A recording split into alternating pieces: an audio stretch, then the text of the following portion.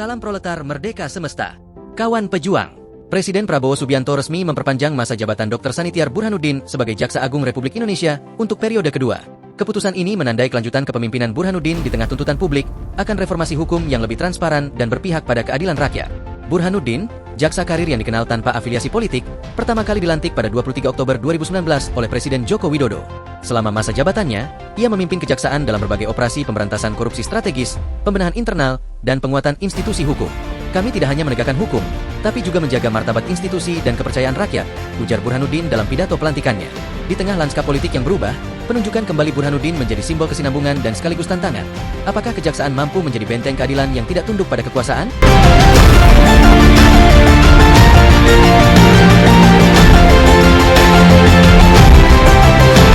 Masyarakat sipil dan organisasi gerakan menyoroti pentingnya penanganan kasus korupsi yang menyentuh elit kekuasaan, reformasi struktural dalam tubuh kejaksaan, perlindungan terhadap aktivis dan pembela hak rakyat. Bagi gerakan seperti Rumah Proletar Indonesia, momen ini menjadi pengingat bahwa hukum bukan sekadar alat negara, melainkan medan perjuangan ideologis. Penegakan hukum harus berpihak pada yang tertindas, bukan menjadi tameng bagi yang berkuasa.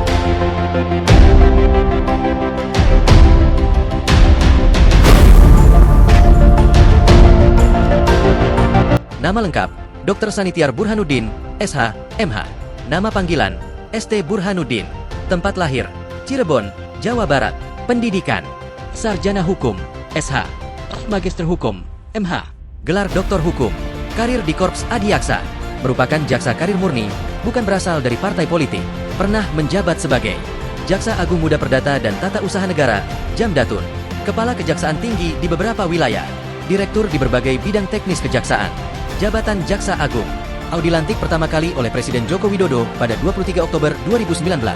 Audi percaya kembali oleh Presiden Prabowo Subianto untuk periode 2024-2029. Fokus pada penegakan hukum yang berintegritas, reformasi birokrasi internal kejaksaan, penanganan kasus korupsi besar dan strategis, gaya kepemimpinan, dikenal tegas, profesional, dan tidak berafiliasi politik, mendorong transparansi dan akuntabilitas dalam penegakan hukum, aktif dalam pembenahan internal dan penguatan institusi kejaksaan. Sanitiar Burhanuddin lahir 17 Juli 1954, adalah Jaksa Agung pada Kejaksaan Agung Republik Indonesia dan Guru Besar Tidak Tetap Fakultas Hukum Universitas Jenderal Sudirman. Burhanuddin terakhir menjabat sebagai Jaksa Agung Muda Perdata dan Tata Usaha Negara, Jamdatun. Pada tanggal 23 Oktober 2019, ia dilantik oleh Presiden Joko Widodo menjadi Jaksa Agung dan masih menjabat hingga saat ini.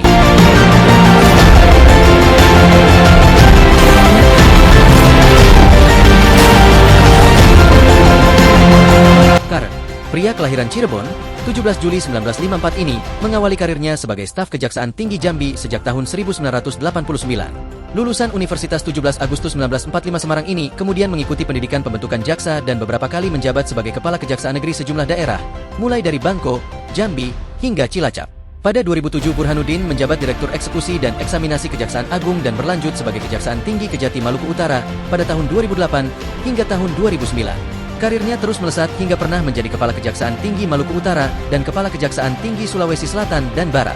Saat menjabat sebagai Kepala Kejati Sulawesi Selatan dan Barat pada tahun 2010, Burhanuddin cukup fokus pada penanganan kasus korupsi.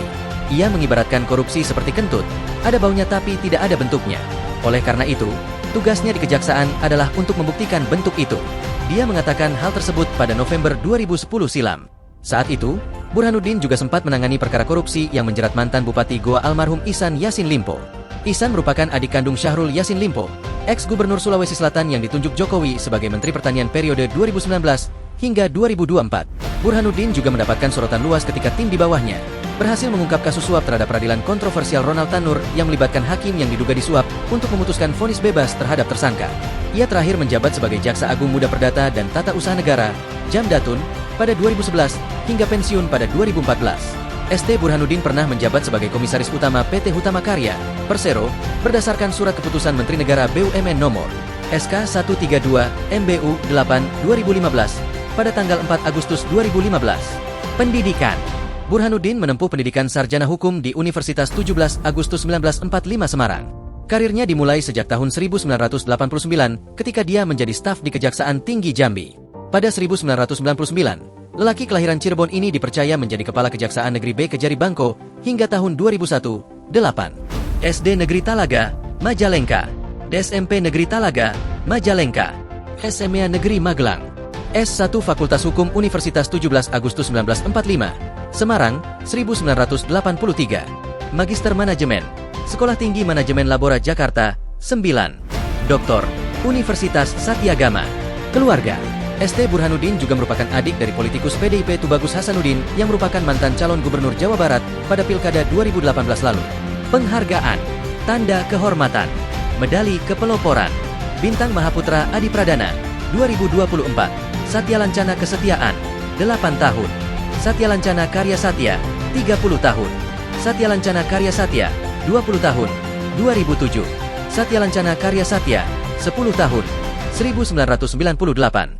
Satya Lancana Karya Satya, 30 tahun. Satya Lancana Teladan, Satya Lancana Karya Bakti, Satya Lancana Bakti Nusa, Satya Lancana GOM7. Satya Lancana Karya Satya, 10 tahun, 1998. Gelar Adat, Gelar Sri Paduka Agung Mustiko Alam dari Lembaga Adat Melayu Jambi, 2022. Lainnya, Tokoh Penegak Hukum Humanis, Detikom Awards, 2024. Tokoh Inspiratif di Bidang Keterbukaan Informasi dan Penegakan Hukum, 2024. Penghargaan Kreatif untuk Keterlibatan dan Kolaborasi Komunitas, Ide Award, 2024. Tokoh Restoratif Justice, Detikom Awards, 2023. Person of the Year in Good Governance, CNBC Indonesia Award, 2023. Hukum bukan milik elit. Hukum adalah hak rakyat. Terus kobarkan suara, bangun solidaritas, dan jangan pernah diam. Bersama Rumah Proletar Indonesia, kita bukan penonton sejarah, kita penulisnya. Gerakan ini tak hanya hidup di jalanan, tapi juga di layar kalian. Ikuti Rumah Proletar Indonesia di semua platform, Instagram, Facebook, TikTok, YouTube, dan suaraproletar.com. Di sana, suara rakyat tak pernah padam. Dari infografis keadilan, podcast perlawanan, hingga video simbolik, semua untuk membangun kesadaran kelas dan solidaritas tanpa batas. Jangan cuma scroll, ikut kobarkan. Sampai jumpa di medan perjuangan berikutnya. Salam proletari, merdeka semesta.